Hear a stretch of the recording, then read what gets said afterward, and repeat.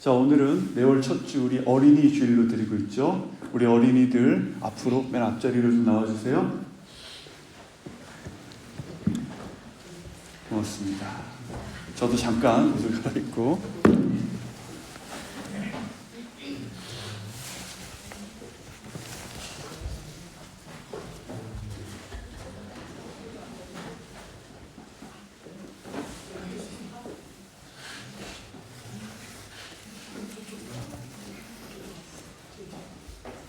우리 고등학생 언니들도 참여해줘서 고마워요.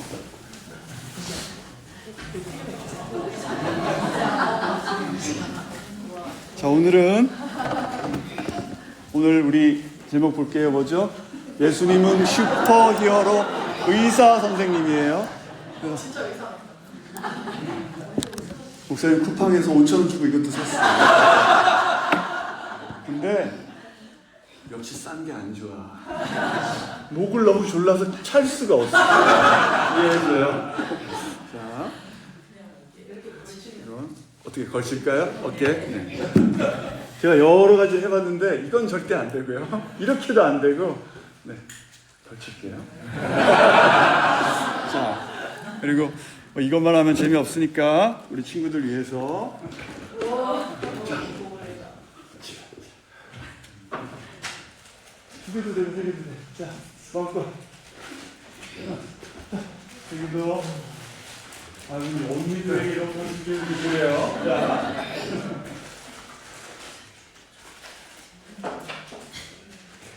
줄게요. 하여튼 우리 먹으면서. 지금은 먹으면 안 되고. 자, 친구들. 우리 친구들이 이때까지 경험한 것 중에 사람이 너무 많아서 숨을 쉴 수 없을 정도로 복잡하고 답답한 그런 곳에 여러분들 가본 적 있어요? 있죠? 자, 목사님이 한동안 서울로 뭘 이렇게 공부를 하느라 아침마다 이 출근길에 지하철을 타고 한 1시간 반가량 저기서는 손도 이렇게 못 있어요. 이렇게 손을 모아야 될 정도로 힘들게 지하철을 오가고 그랬던 경험이 있었어요. 너무나 답답했던 적이 있는데, 자, 오늘 말씀을 보면 우리 예수님께서 아픈 사람들을 고쳐주시고 하나님 나라, 하나님 이야기 너무나 재밌고 사람들의 흥미를 끄는 복음, 그 진리, 하나님의 말씀을 사람들에게 막 전했더니 예수님이 계신 그 집으로 사람들이 이렇게 많이 몰려온 거예요. 그래서 예수님이 계신 집안 그리고 집 바깥에까지 너무나 많은 사람들이 몰려들어서 예수님 저도 고쳐주세요. 예수님 재밌는 성경 이야기 해주세요. 예수님 얼굴 보고 싶어요. 여러 사람들이 모여들었거든요. 근데 예수님이 계시는 그 동네에 5명의 친구가 있었어요. 너무너무 친한 친구들이었는데, 그런데 그 중에 한 친구가 갑작스럽게 몸이 너무 아픈 거예요. 움직일 수가 없고 그냥 이 친구는 가만히 침대에 누워 있어야만 되는, 몸을 전혀 움직일 수 없는 그런 병에 걸린 거예요. 여러분, 몸을 움직이지 못하면 어떻게 되죠? 축구도 할 수 없고. 마라탕 좋아하는 사람? 없어요. 마라탕도 먹으러 갈 수도 없고. 요즘 유행하는 캐대언 유튜브를 틀어놓고 같이 댄스 춤을 출 수도 없어요.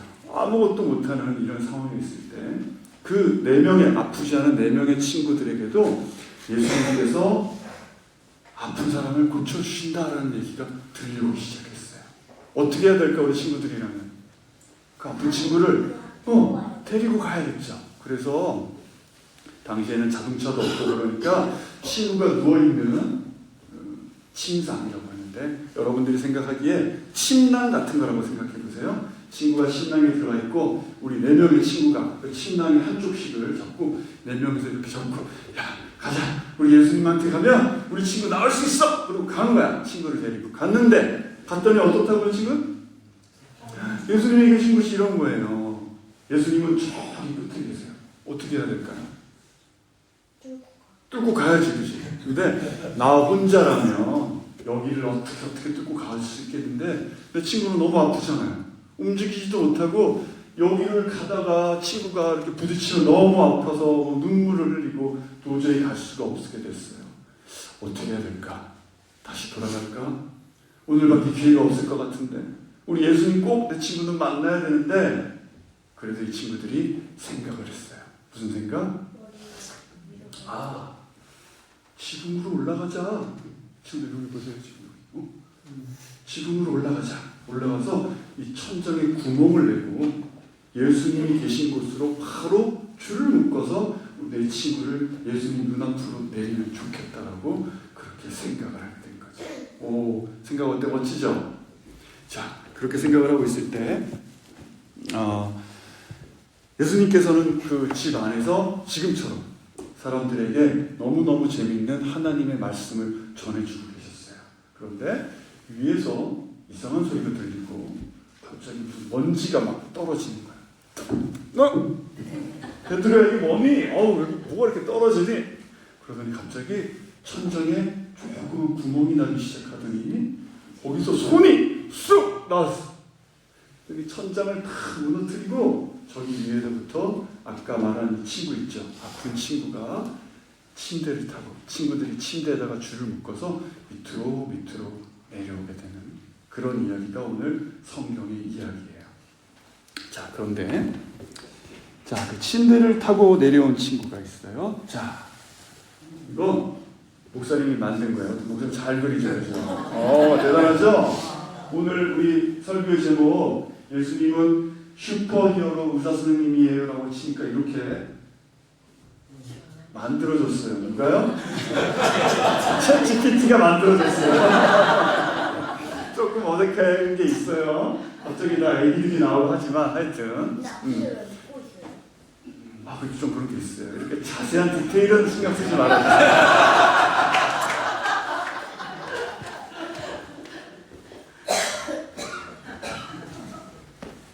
자세한 디테일은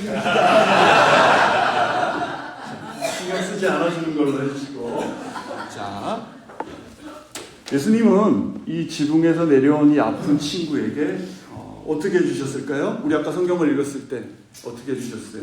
낫게 해주세요. 근데 처음부터 그냥 낫게 해주신 게 아니라 예수님이 이 지붕에서 내려온 이 아픈 친구에게 하셨던 첫 마디는 뭔가요, 여러분? 혹시 아까 말씀 읽었을 때 기억하나요? 뭐라고 하셨죠? 그치? 너의 죄가 용서받았다 라고 말씀을 하셨어요. 에? 지금 몸이 너무 아파서 예수님께 찾아왔는데 예수님 무슨 말씀 하시는 거예요? 우리는 빨리 내 친구가 나와서 같이 마라탕 먹으러 가야 된다고요. 최대한 우리 이렇게 챌린지를 해야 된다고요. 우리 성인분들은 제가 무슨 말 하는지 모르시죠? 캐대헌이라고 제가 나중에 알려드릴게요. 그런데 전혀 관심이 없는 왜 죄를 사하신다라는 말씀을 하시는 거예요. 그러고 있었거든요. 그리고 지금 여기는 나오지 않지만 여기 옆에 당시에 자기들이 하나님을 가장 잘 안다라고 생각하는 성경의 전문가, 성경을 가르치는 선생님들이 있었는데 그 선생님들은 여기 뒤에 숨어서 예수님을 이렇게 보면서 지금 뭐라는 거야? 자기가 하나님이야 뭐야?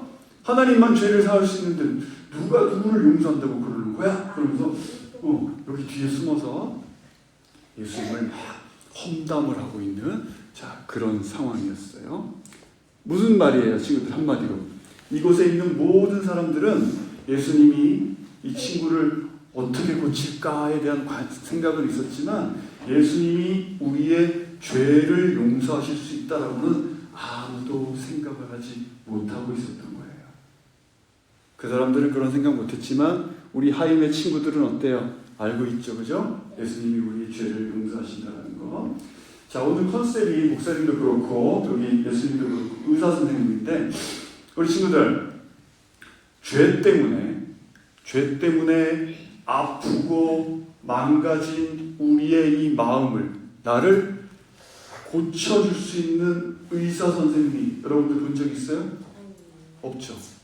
아무리 똑똑하고 유능한 의사 선생님이라고 하더라도 우리의 죄 때문에 망가진 우리를 고칠 수 있는 의사 선생님은 이 세상에 단 한 명도 없어요. 그렇죠? 하지만 어때요? 우리의 죄를 고쳐주시고 우리를 구원해 주시는 우리의 진짜 슈퍼히어로 의사 선생님 누구예요? 예수님. 바로 예수님은 그 말씀을 하고 싶으신 거예요. 우리에게 보여주시고 계신 거죠.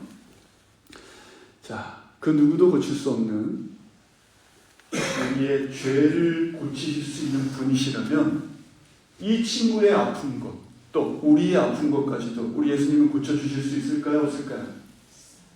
있어요? 고칠 수 있죠. 네.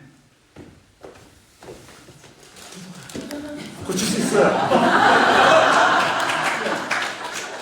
대답을 하면 과자를 받을 수가 있는 거예요. 네.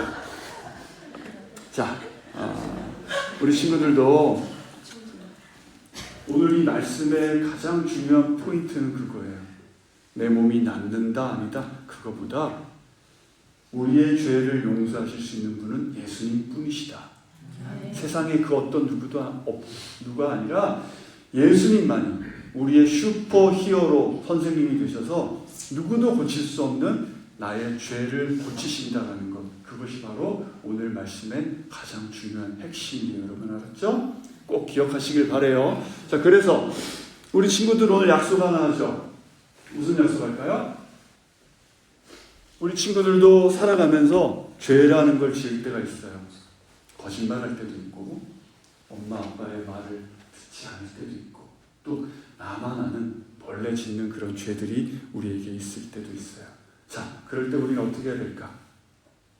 오늘 배웠잖아요. 뭐라고요? 그 누구도 할 수 없는 우리의 죄를 용서해 주실 수 있는 분이 누구?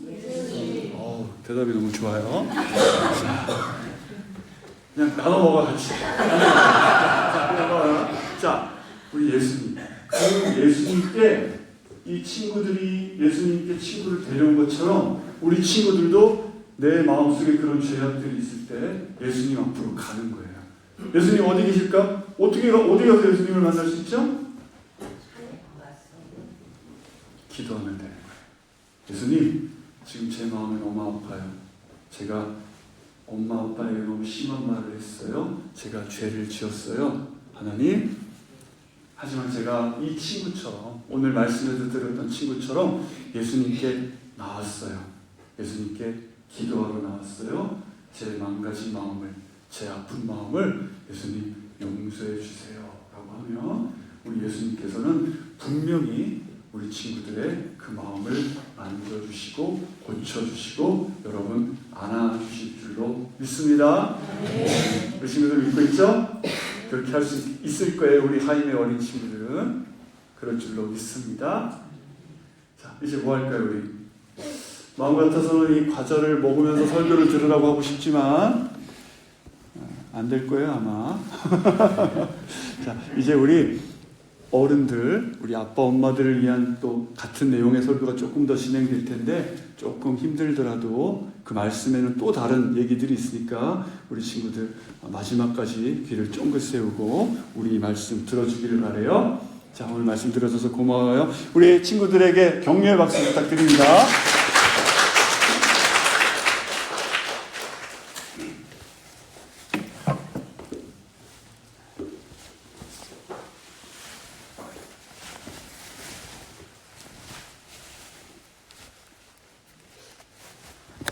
저는 아무래도 가운보다 이게 편한 것 같습니다. 네. 저렇게 이제 달아놨고요. 자, 우리 성도님들, 우리 지난 시간에 하나님 나라에 대해서 우리가 살펴보면서 우리가 꼭 기억해야 할 말씀이 있었습니다. 바로 이 말씀. 함께 읽죠. 시작.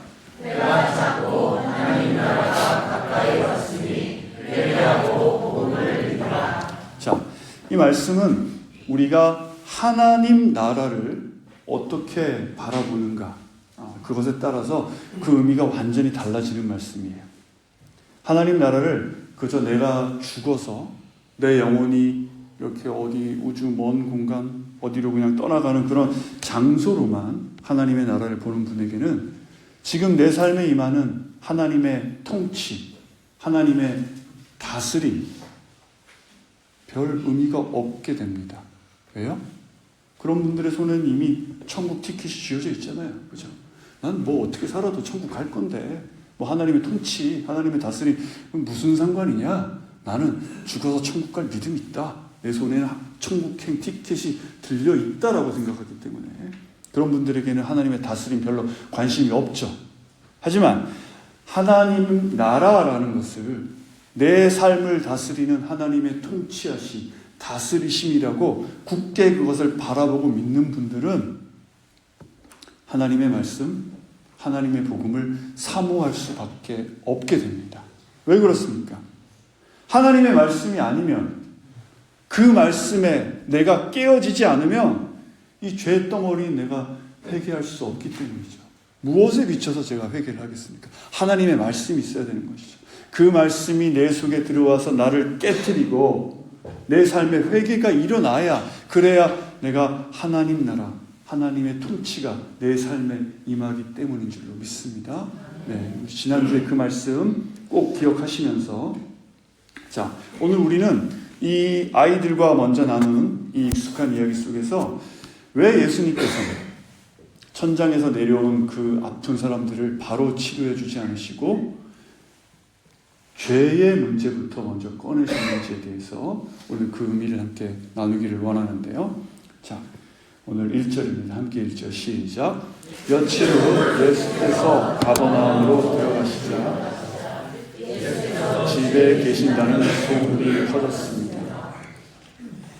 수많은 아픈 자들을 고치시고 귀신 들린 자들을 온전케 하셨죠. 예수님의 소문은 삽시간에 여기저기로 퍼져나가게 되고 많은 사람들이 예수님이 계신 곳으로 찾아와서 온 집안에 가득 차고, 아까 보셨던 그런 사진처럼 집마저 다 둘러싸고 난리가 났습니다. 그렇게 정신없는 가운데 예수님께서 말씀을 전하고 계시는데 갑자기 지붕 위에서 이상한 소리가 들리고 먼지가 떨어지고, 아까 말씀드렸죠? 누가 위에 있는 것 같아요. 여러분 누구였을까요? 예수님 친구. 과자가 넘어가고 나니까 대답이 별로 없고 제가 드릴 게 없어서 이제 그런가. 대답이 없으시군요. 네, 중풍 환자 그리고 친구들이죠. 우리는, 아이들은 신기하게 봤지만 이 장면을 상상하고 말씀을 보고 있는 우리들은 이 본문을 어떤 시선으로 봅니까? 몸이 마비된 그 친구를 향한 친구들의 뜨거운 사랑, 예수님께 내 친구를 데려가기만 하면 내 친구가 나을 수 있을 거라는 그 믿음, 그리고 분명히 고쳐주실 것이라는 어떤 그 소망, 그리고 지붕마저 뜯어내버리는 그들의 그 열정, 그걸 보면서 어떻게 사람들에게 받게 될 비난이라든가 망가뜨린 그 지붕을 어떻게 보상할 것인가, 뭐 이런 것까지도 각오하면서 그렇게 열정적인 모습을 보이면서 중풍병이 낫는 것을 볼 때, 나도 왠지 이렇게 열심을 다하고 매일매일 기도하고 예배 참여하고 봉사하고 나의 열심을 다해서 그런 것을 통해서 내 삶의 문제를 해결받고 싶다라는 이런 마음들 여러분에게 있지 않으십니까? 우리에겐 다, 우리 마음 한구석에는 그런 마음이 있죠. 하지만 아까 우리 아이들과 얘기를 나눈 것처럼 오늘 말씀의 핵심은, 그리고 초점은 10절입니다. 시작. 그러나 인자가 땅에서 죄를 용서하는 권세가 있는 것을 너희에게 알려주겠다. 오늘 말씀의 핵심은 우리가 바라는 그런 것보다는 예수님께 죄 사함의 권세가 있다라는 것을 우리에게 말씀하고자 하는 거예요. 그래서 오늘 본문에서 그 예수님께 죄 사함의 권세가 있다라는 그 핵심 주제 외에 다른 것에 우리가 눈을 돌리고 집중하다 보면 정작 중요한 그 예수님의 마음을 놓치게 됩니다.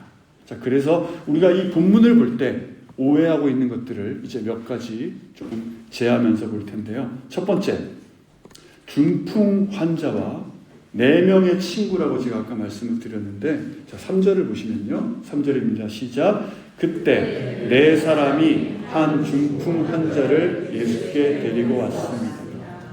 제가 아까 우리 아이들에게 말씀을 전할 때는 친구들이라고 예를 들었지만 그건 이제 아이들에게 국한된 거고, 여기선 주어는 뭐예요? 내 사람이라고 나오죠. 그러니까 다른 사람들이 이 네 사람에게 중풍 환자를 메어서 중풍 환자를 이 사람들에게 들게 해서 여기로 온 겁니다. 그러니까 4명의 친구가 너무너무 사이좋던 5명 중에 그 4명의 친구가 이 한 친구를 살리기 위해서 사랑으로 이 일들을 계획하고 막 그래서 일이 벌어진 것이 아니라 사람들이 했다라는 것이죠. 그리고 이 4사람은 말씀에서는 이 중풍 환자의 친구라고도 표현이 되어 있지 않아요. 실제적으로는 친구라는 기록도 없죠. 그러니까 당시에 이 중풍병이라는 것은 하나님께 저주를 받았다고 생각하는, 또는 큰 죄를 지어서 지금 벌받고 있다라고, 그래서 이런 병이 생겼다라고 사람들은 생각하고 있었기 때문에 그가 아무리 친구라고 하더라도 사람들은 그 환자에게 가까이 가려고 하지 않았어요, 당시에는. 그래서 추측키로는 이 아픈 사람을 예수님께 데려가기 위해서 가족들이, 이 아픈 환자의 가족들이 돈을 지불하고 사람들을 고용해서 이 아픈 사람을 들게 했거나 또는 집안의 종이었지 않을까, 아마도 이렇게 추측을 합니다. 하여튼 아픈 친구를 위해서 너무 안타까운 이 마음을, 그 마음으로 친구들이 주도적으로 계획해서 이런 일이 있었다라고 하기에는 조금 아쉬운 부분이 있는 것이죠. 자, 친구들에 관한 부분은 그런 게 있고요. 자, 두 번째, 그러면 아니 그렇다 하더라도 사람들이 꽉 막혀 있어서 들어가지 못하는 그곳을 지붕을 뚫는 그런 열정은 보여주지 않았습니까? 우리 마음속에 그런 생각이 들죠. 자, 여기서 우리 영상을 하나 제가 준비했는데, 여러분들 이스라엘 집의 형태와 그 지붕에 대해서 잠시만요.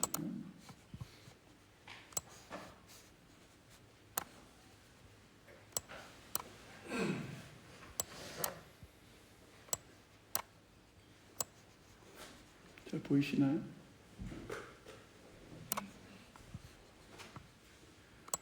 저도 그렇고 한국적 상황에서는 어떻게 지붕을 뚫어서 구멍을 낼 수 있는지 모두들 궁금해하십니다.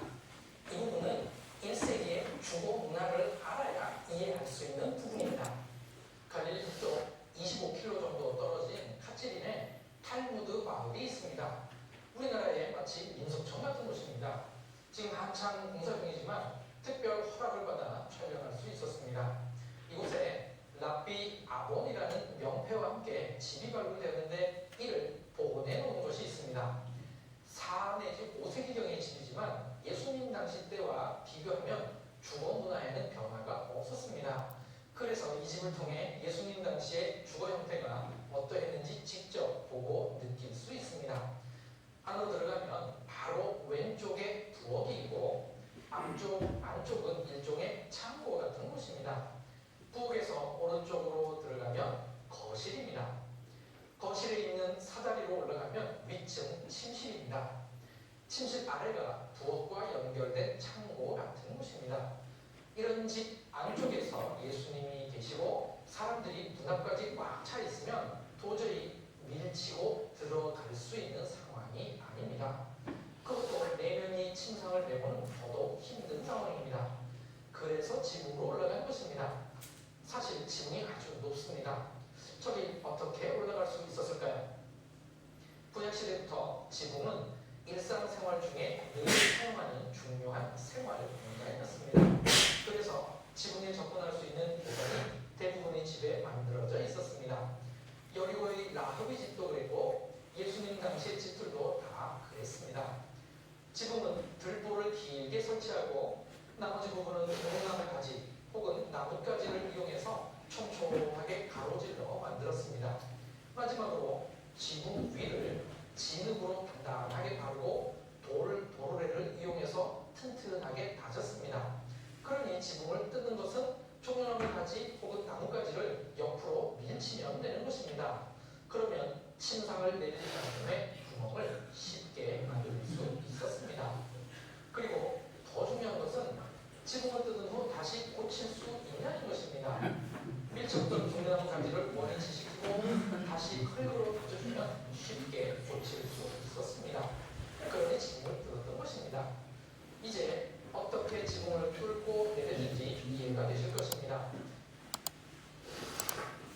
네, 여러분들 보시니까 어떠세요? 수리가 필요하면 뜯어내고 다시 바르는 그런 간단한 형태의 지붕이었다라는 것이죠. 그러니까 지붕을 뜯어냈다라고 해서 우리가 여러분 지금 저기 구멍 상상도 못하죠? 뭐 드릴로 해야 되는데 그런 뭔가 엄청난 대단한 열정을 그들이 보여줬다라고 또 그렇게 감동할 필요까지는 또 없는 그런 내용이 되는 것이죠. 자, 그럼 친구도 아니라고 그러고 대단한 열정도 아니라고 하면 그럼 예수님께서 이들의 믿음을 칭찬하시는 구절이 나오는데, 자, 5절 함께 보시죠. 시작. 예수께서 그들의 믿음을 보시고 환자에게 말씀하셨습니다. 얘야, 내 죄가 용서받았다. 예수님께서 보신, 예수님께서 칭찬하신 이 믿음은 무엇인가 하는 거예요. 중풍 환자와 그를 데리고 온 그 사람들이 예수님 앞에 회개를 했습니까? 아니에요. 그들의 믿음을 표현했습니까? 아니죠. 그럼 뭘 보고 예수님이 믿음이라고 말씀하시는가? 그저 주님 앞에 나온 것, 그것을 믿음이라고 지금 말씀하고 계신 거예요.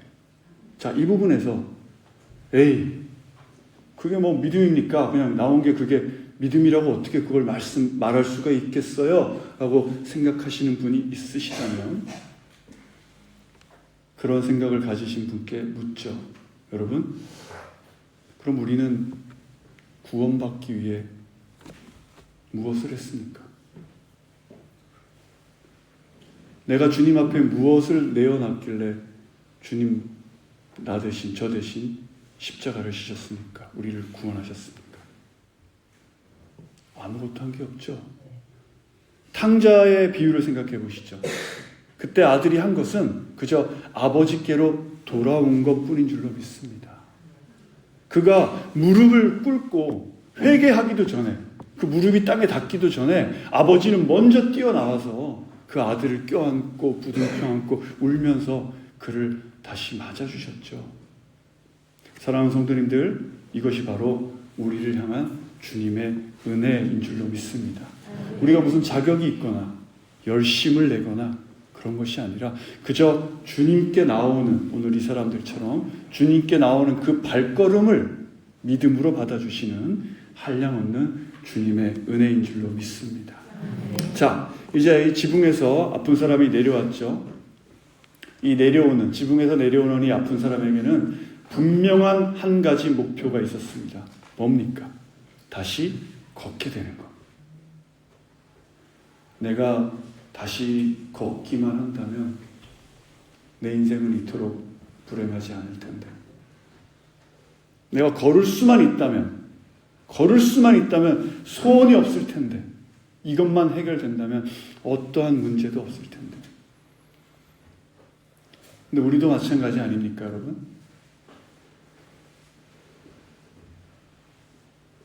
나의 이 돈의 문제, 재정의 문제만 해결되면 내 삶의 모든 것이 괜찮아질 텐데.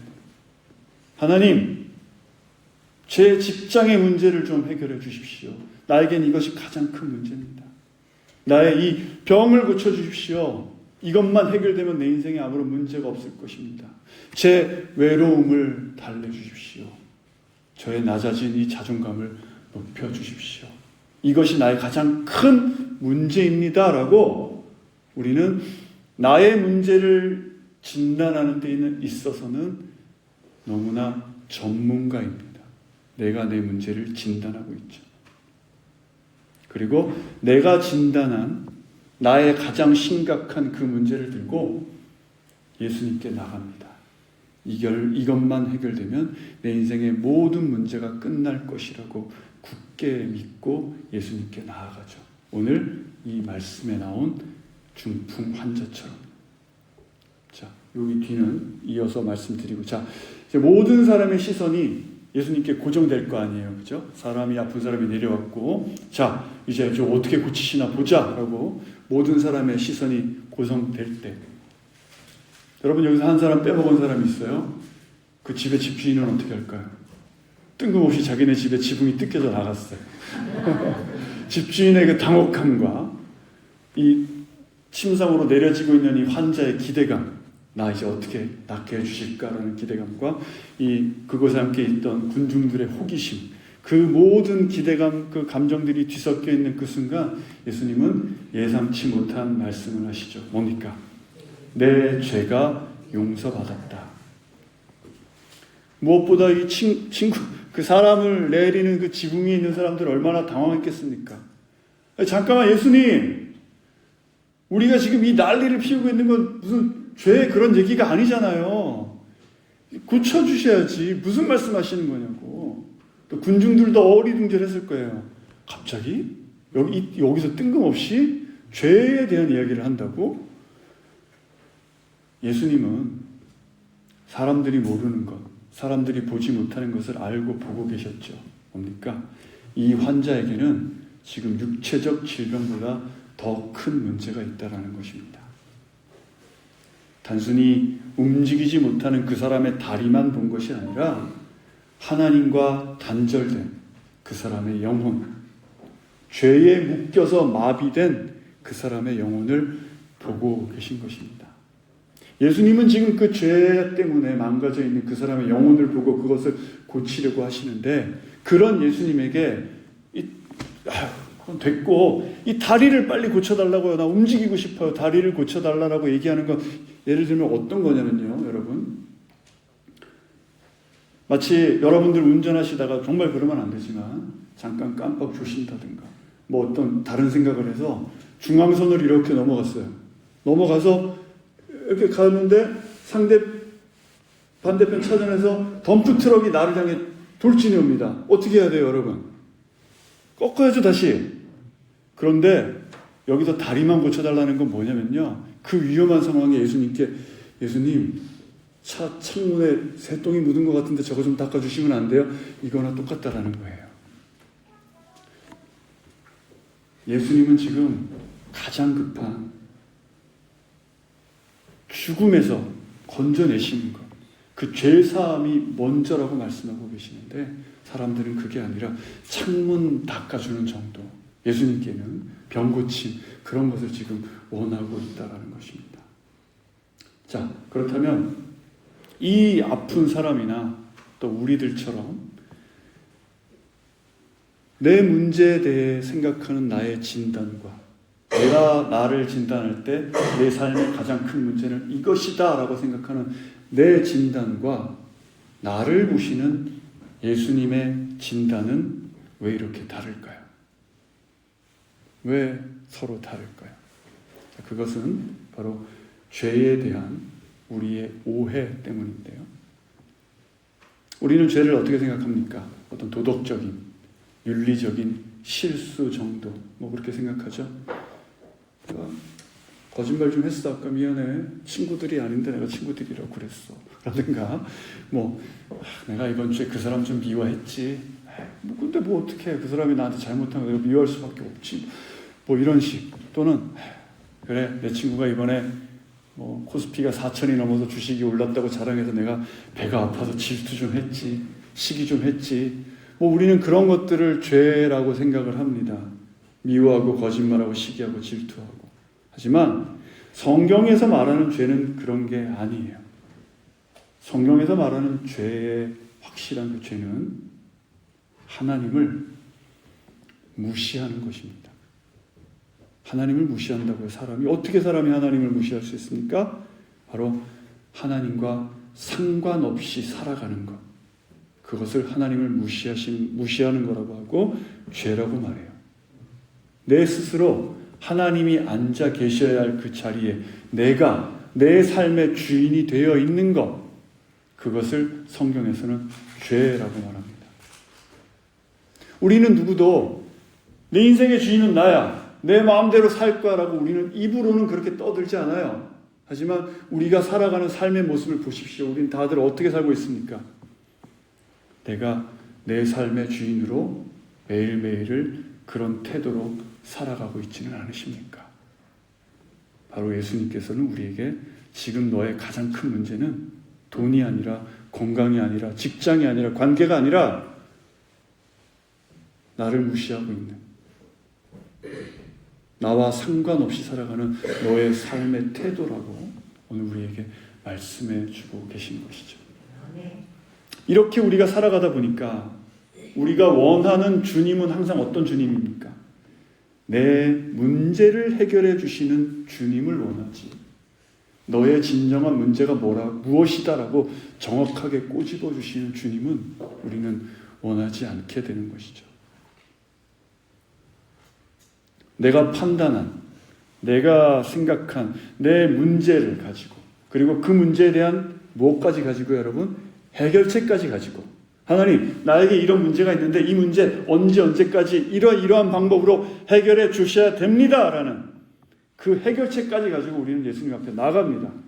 그런데 예수님께서 내 생각과는 다른 계획을 말씀하실 때, 그리고 그 응답이 내가 원하는 것과는 다른 방법으로 흘러갈 때 우리는 실망하고 때로는 분노하기까지도 하죠. 우리는 우리를 섬기는 주님을 원하십니까? 아니면 우리가 섬겨야 할 주님을 찾고 계십니까? 잘 생각해 보시길 바랍니다. 자, 예수님의 내 죄가 용서받았다라는 이 말씀은 그곳에 있던, 아까 우리가 아이들과 얘기할 때 제가 여기 TV 뒤에 숨어서 이렇게 뭐라고 했던 말 생각나시죠? 당시에 그 성경 전문가들, 그들의 율법학자들, 그들의 마음속에 죄를 사하는 권세를 가진 분은 오직 하나님 한 분밖에 없는데 저 도대체 무슨 소리 하는 거야? 신성모독이야라는 그런 생각을 품게 만들죠. 당시 유대 율법에 따르면 죄는 궁극적으로 하나님께 짓는 것이고, 따라서 죄를 사하는 권세도 오직 하나님 한 분에게만 있다라고 그렇게 생각됩니다. 그런데 지금 예수님께서 하신 이 상황은 어떤 것이냐면요. 제가 설교 준비하면서 이 예화를 만들었는데 이거 정말 해야 될까 말아야 될까 수많은 고민을 했어요. 해도 될 것 같기도 하고. 해당되시는 분들은 상처받지 마시고. 어떤 상황이냐면, 지금 예수님이 하시는 상황이 어떤 상황이시냐면, 자, 여기에 언급되시는 세 분은 한량없는 은혜로 저를 이해해 주시기 바랍니다. 자, 우리 이장로님과 우리 최장로님께서 한국 시리즈 하나 패배의 아쉬움에 대해서 두 분이 막 말씀을 나누고 계셨어요. 그때 저는 안 봐서 모르겠는데 그때 그 몇 회 경기 때 그 2루에서 말이에요. 그게 아웃이 아닌데 그거 아웃이라 그래가지고 그것만 세이브 됐어도 우리가 뒤집을 수 있는 경기였는데 막 이런 아쉬움을 막 얘기하고 있었어요. 그때 저 멀리서 어떤 우리 교회 또 한 분 장로님이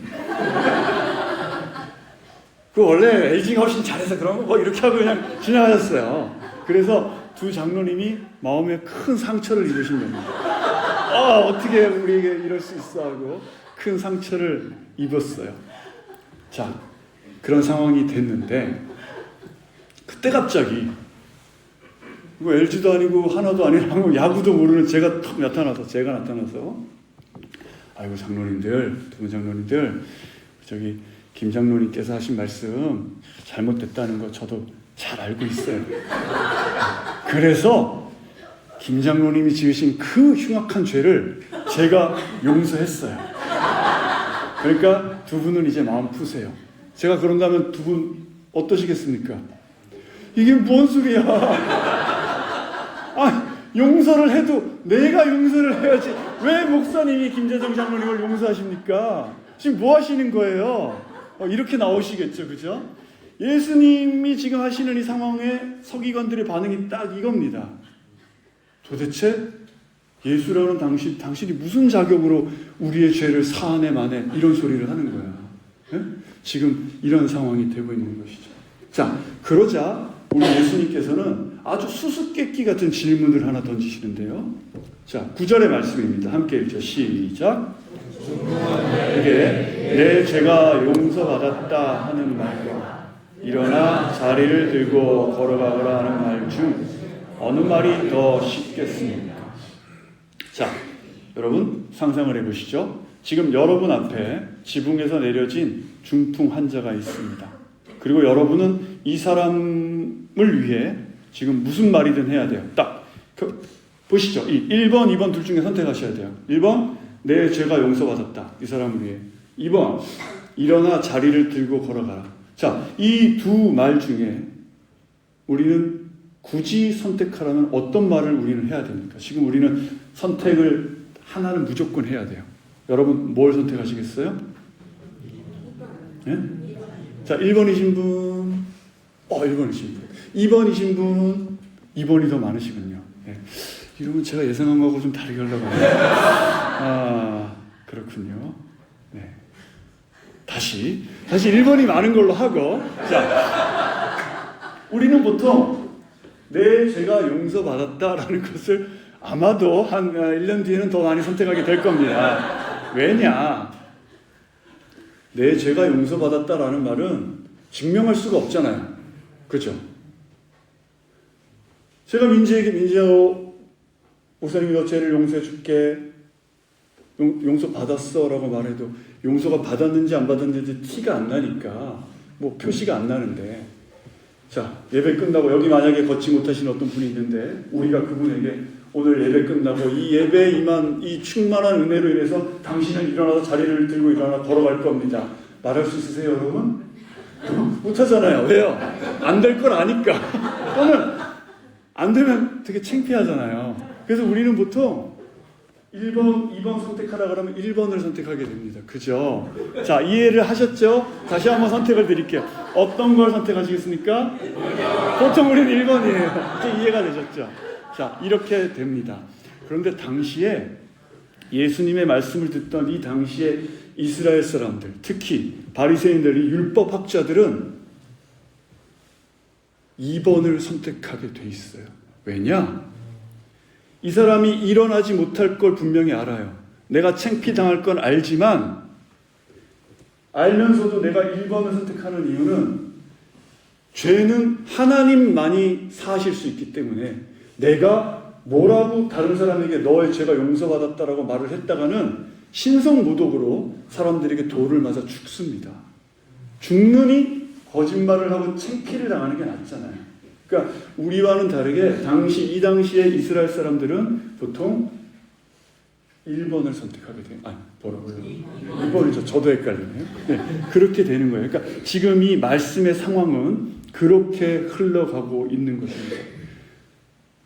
목숨을 내놓을 필요는 없잖아요. 창피를 당하고 말지. 자, 그래서 하나님을 모독하고 목숨을 잃을 바에는 일어나 자리를 들고 가라라는 이것을 아마 그 당시에 유대인들은 선택하게 될 것이다라는 것이죠. 자, 그러면 예수님께서 하신 이 말씀은 무엇인가? 야, 율법학자 너희들 당연히 일어나서 자리를 들고 걸어가라. 그 말이 너희들에게는 쉽겠지. 나에게도 쉽겠지. 하지만 내가 내 죄가 용서받았다라고 선포한 것은, 함께 읽죠. 시작. 인자가 땅에서 죄를 용서하는 권세가 있는 것을 너희에게 알려주겠다. 나에게 죄를 용서하는 권세가 있다는 것을 너희에게 알려주기 위해서 나는 이 말씀을 전한 것이다. 네. 하나님밖에 하실 수 없는 죄를 사하는 권세를 말씀하시며 예수님은 본인이 죄를 사하는 권세가 있는 하나님이라는 것을 우리에게 말씀하고 계신다라는 것입니다. 자, 그렇다면 우리는